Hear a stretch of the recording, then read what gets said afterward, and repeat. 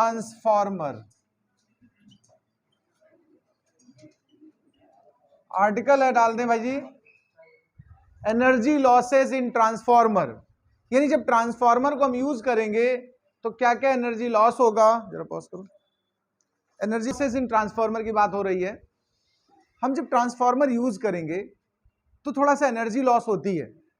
वो energy loss किस किस पैटर्न से होगी, किस किस मेथड से होगी। जैसे एक पहला आपको एनर्जी लॉस अगर मैं बताऊं तो मैंने पीछे डिस्कस किया था AD currents, AD current loss. Actual में आप कितना भी थिन लेमिना बना दें कोर का, कोर बनेगा तो प्लेटेड यूज करते हैं, प्लेट्स पतली पतली चिपका करके थिन लेमिना इस्तेमाल करते हैं कोर डेवलप करने में, लेकिन कुछ वॉल्यूम तो होगा ही, और जितना ज्यादा वॉल्यूम होगा मेटल का उतनी स्ट्रॉन्ग एडी करंट जनरेट होगी। हम कहते हैं बहुत मिनिमम वॉल्यूम है तो मिनिमम एडी करंट तो जनरेट होगी ना, और एडी करंट्स अपोजिंग नेचर की होती है जिसकी वजह से हीट जनरेट होगी, हीट प्रोड्यूस होगी। वो हीट सर्किट से एनर्जी ले रही होगी, एनर्जी तो ट्रांसफॉर्म हो रही है हीट में, तो एक लॉस हुआ कि नहीं हुआ। तो पहला एनर्जी लॉस जो ट्रांसफॉर्मर में हो रहा उसको हम एडी करंट लॉस बोलेंगे। सेकेंड लॉस सुन लें, मैं लिखाऊंगा अभी एक एक करके, चलो पहले लिख ही लेते हैं। फर्स्ट नंबर डाल दें एडी करंट लॉस यानी eddy loss.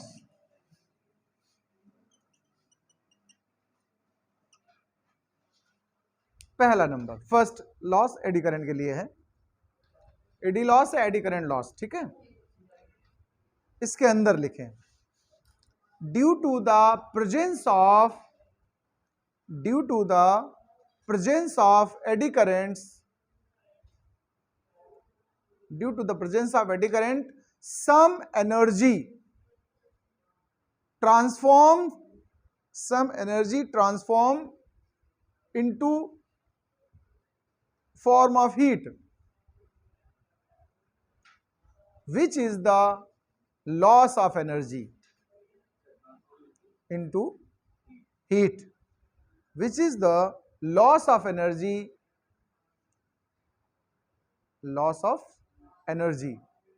known as eddy current loss, known as eddy current loss।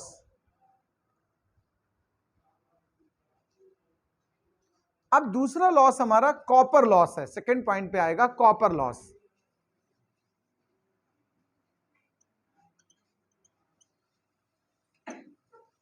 देखो मेटल का नाम है यहां पर, ट्रांसफार्मर की जो क्वाइल हमने बनाई है, बाइंडिंग की थी कोर के ऊपर, प्राइमरी और सेकेंडरी याद है, तो कॉपर से जनरली बनाते हैं, कॉपर वायर होती है वो। तो कॉपर में भी अपना कोई रेजिस्टेंस होता है, जब करंट पास होगी उससे तो वो रेजिस्टेंस की वजह से कॉपर वायर भी हीटेड होगा। कोर तो हीटेड हो ही रही है, कोर में जो हीट डेवलप हुई वो किसकी वजह से हुई, एडी करंट की वजह से। और जो बाइंडिंग की आपने, जो वायर लपेटा हुआ प्राइमरी कॉइल और सेकेंडरी कॉइल, वो कॉपर से बना हुआ है, तो उसमें भी एनर्जी लॉस हो रहा है। हम तो देख रहे हैं कि कहां कहां से एनर्जी लॉस हो रही है, लूप होल से एक तरह से एनर्जी लॉस कर रहे हैं। तो कॉपर मेटल में भी रेजिस्टेंस थोड़ा सा पाया जाता है, जिसकी वजह से वायर में जब करंट पास होगी तो वो हीट में कन्वर्ट हो जाएगी, और कुछ एनर्जी लॉस इस वायर की वजह से हो रहा होगा, जिसे हम नाम देंगे कॉपर लॉस। क्या नाम देंगे भाई जी, तो लिख दीजिएगा since primary and secondary coils, since primary and secondary coils wrapped मतलब लपेटने वाला WR से, ठीक है, wrapped over core of transformer, wrapped over core of transformer made of copper,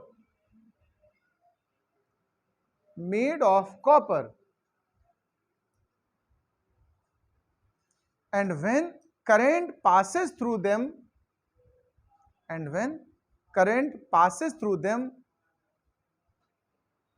some heat will be produced,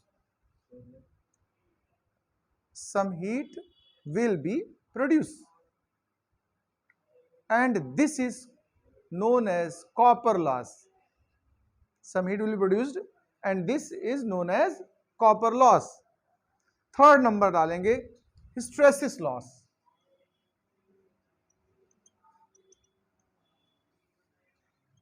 third हमारा है जो third loss है एनर्जी का, उसको नाम देंगे हिस्टेरेसिस लॉस। अब बात आती हिस्टेरेसिस लॉस क्या है भाई। आपको याद होना चाहिए पिछले से पिछले चैप्टर में मैग्नेटिज्म में हमने कर्व डेवलप किया था, हिस्टेरेसिस कर्व, और आपको बताया था उस कर्व का जो एरिया निकलता है। देखिए हिस्टेरेसिस कर्व कुछ इस तरह से बनाया था, अगर थोड़ा सा भी याद हो आपको, इन दिस फॉर्म। इसका जो एरिया निकलता है ये एरिया एनर्जी लॉस को रिप्रेजेंट करता है। एक्चुअल में हमने जो कोर बनाई है उसमें सॉफ्ट आयरन यूज किया हुआ है। उस समय मैंने इलेक्ट्रोमैग्नेट और परमानेंट मैग्नेट को डिस्कस किया था, तब हिस्टेरेसिस कर्व से कंपैरिजन कराया था। तो जो आपने कोर का मटेरियल चूज किया है उसका अपना कोई हिस्टेरेसिस होगा, कोई हिस्टेरेसिस कर्व होगा।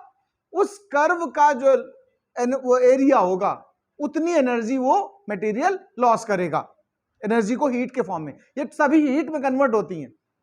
तो चूंकि वो मटेरियल की प्रॉपर्टी खुद की है, कोर के मटेरियल की, वो भी तो लॉस कर रहा है एनर्जी को, तो वो भी एक लॉस हुआ। बस उसका नाम है मैग्नेटिज्म डीमैग्नेटिज्म वाला रिजल्ट यहां पर पड़ रहा है बार बार।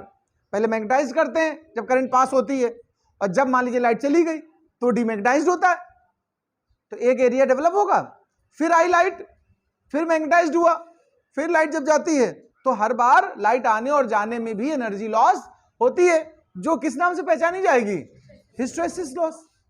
ये एक्चुअल में कोर के सॉफ्ट आयरन का प्रॉपर्टी है। तो लिख लीजिएगा,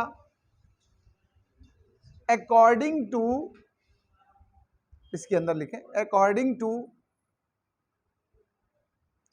हिस्टेरेसिस इफेक्ट, उस समय जो था डीमैग्नेटाइज वाला इफेक्ट, वो हिस्टेरेसिस इफेक्ट बोला जाएगा। According to hysteresis effect, the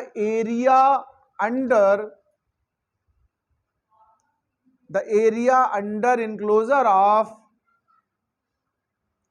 hysteresis curve, the area under enclosure of hysteresis curve represent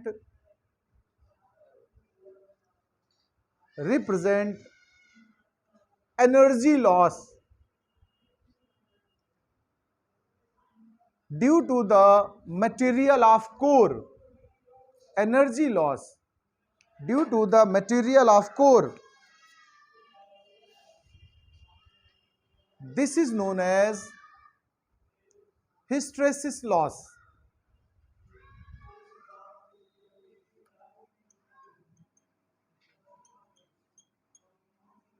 This is known as hysteresis loss. देखिए फोर्थ लॉस, यानी बहुत लॉस ही लॉस है ट्रांसफार्मर से, इसको फ्लक्स लॉस कहते हैं। क्या बोलते हैं भाई जी?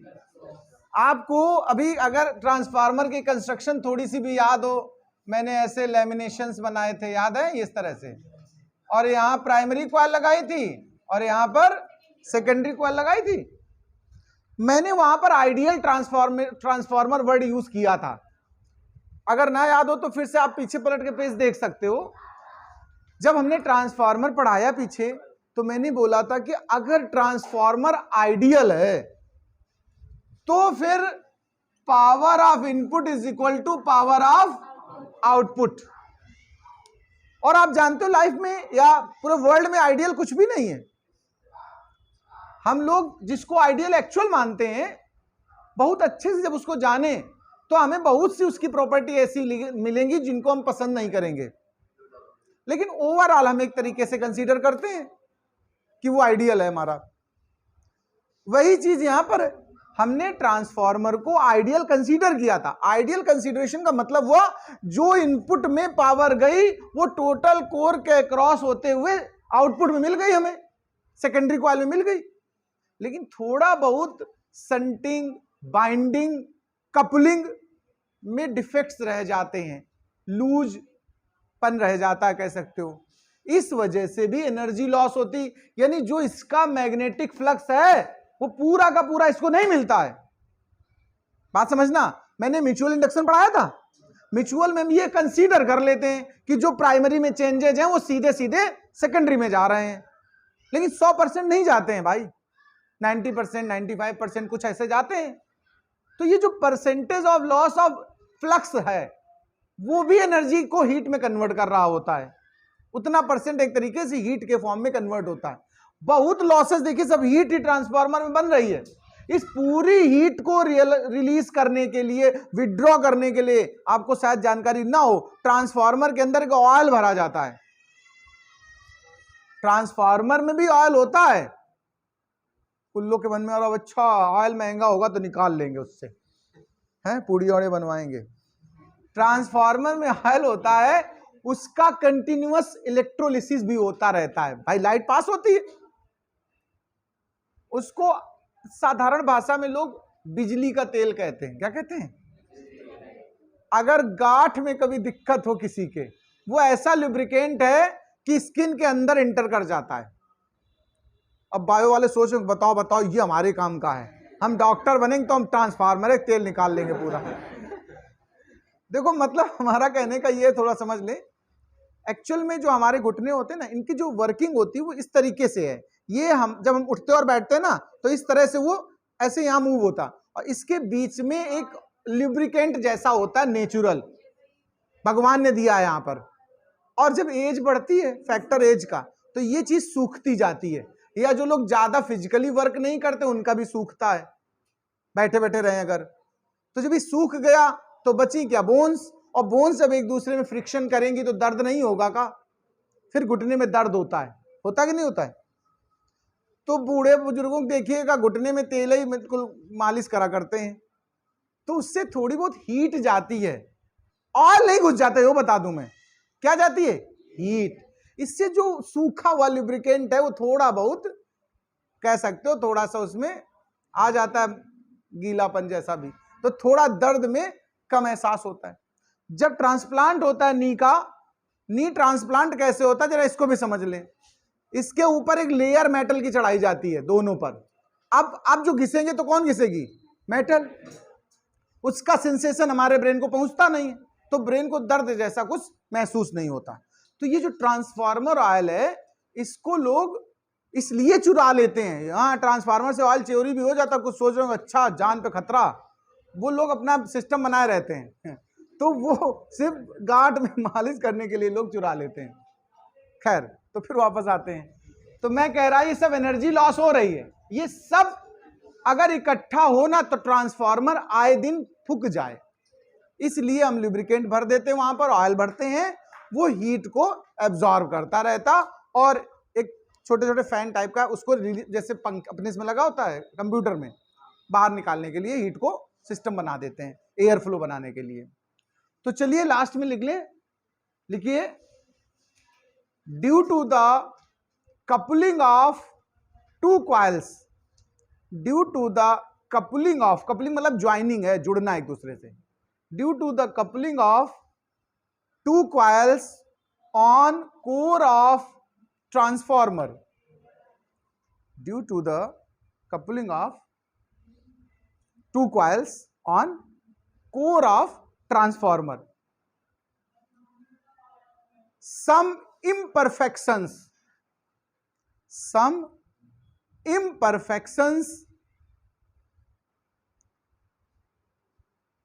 gives magnetic flux loss, some imperfect समझते हो ना, उसी से बनाया मैंने word. some imperfections give magnetic flux loss and finally becomes as heat, and finally becomes as heat, known as flux loss। ये हमारे ट्रांसफार्मर के एनर्जी लॉस हो गए 4 कैटेगरी के। अब इसकी इफिशियंसी का फार्मूला और सीख लेते हैं। तो इसी का मतलब ये ट्रांसफार्मर ही कंटिन्यूअस चल रहा है, इसका अगला पार्ट है, यानी इसी का एक छोटा पार्ट, इफिशियंसी ऑफ ट्रांसफार्मर। ये भी डाल दें, इफिशियंसी ऑफ ट्रांसफार्मर, इफिशियंसी डालें भाई जी।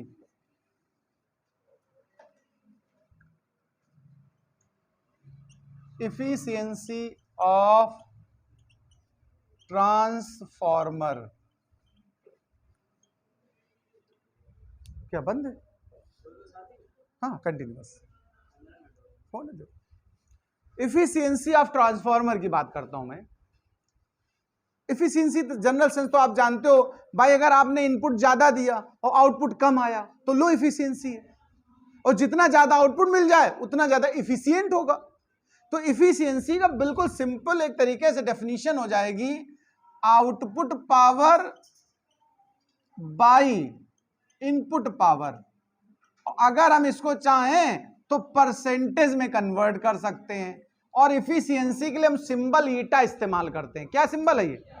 ईटा है, बिल्कुल ध्यान रखना, नीटा ना बोलना, नीटा ना बोलना, ये गंदी बात है, ठीक है? ईटा साफ सुथरी बात है। तो जरा इसकी डेफिनेशन लिख लो, फिर ये फार्मूला नोट करना है। लिखिए, the ratio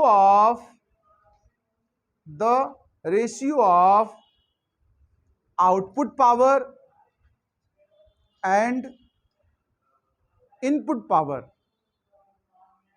the ratio of output power and input power for a transformer is known as efficiency of transformer. It is denoted by eta,